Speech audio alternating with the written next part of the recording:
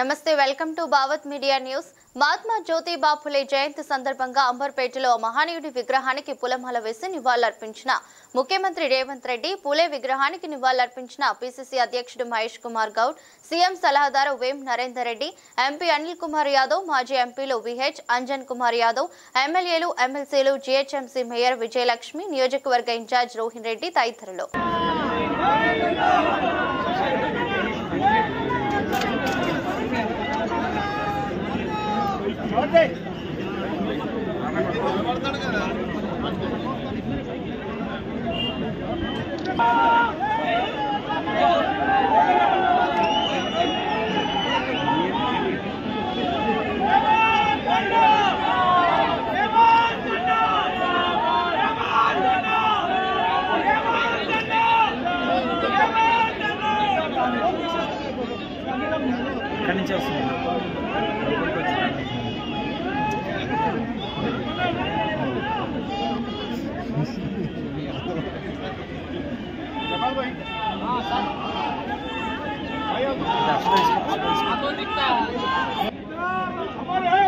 बाबू ज्योतिराव फुले, बाबू ज्योतिराव फुले, बाबू ज्योतिराव फुले, बाबू ज्योतिराव फुले.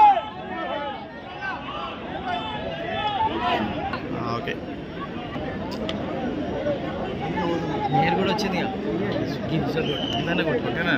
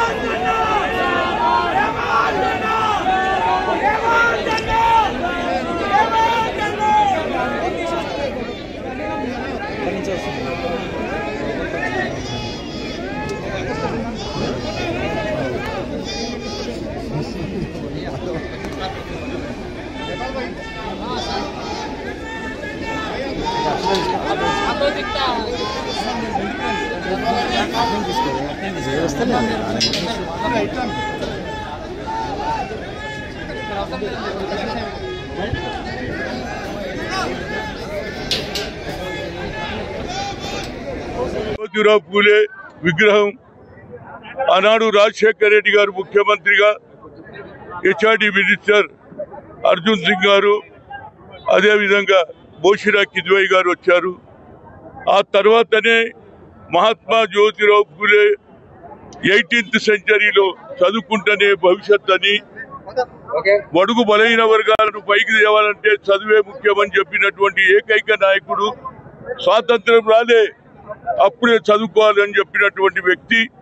ఆయన విగ్రహం పెట్టిన తర్వాత ఇవాళ భారతదేశంలో ఒక పక్క గురువు మహాత్మా జ్యోతిరావు పూలే, అదేవిధంగా బాబాసాహెబ్ అంబేద్కర్ ఆయన శిష్యుడు. నా ఉద్దేశంలో అంబేద్కర్ విగ్రహం పెట్టారు ఆనాడు ఏది పంజగుట్ట చౌరస్తాలో. మరి 13 పొద్దున ఒక రోజు ముందు,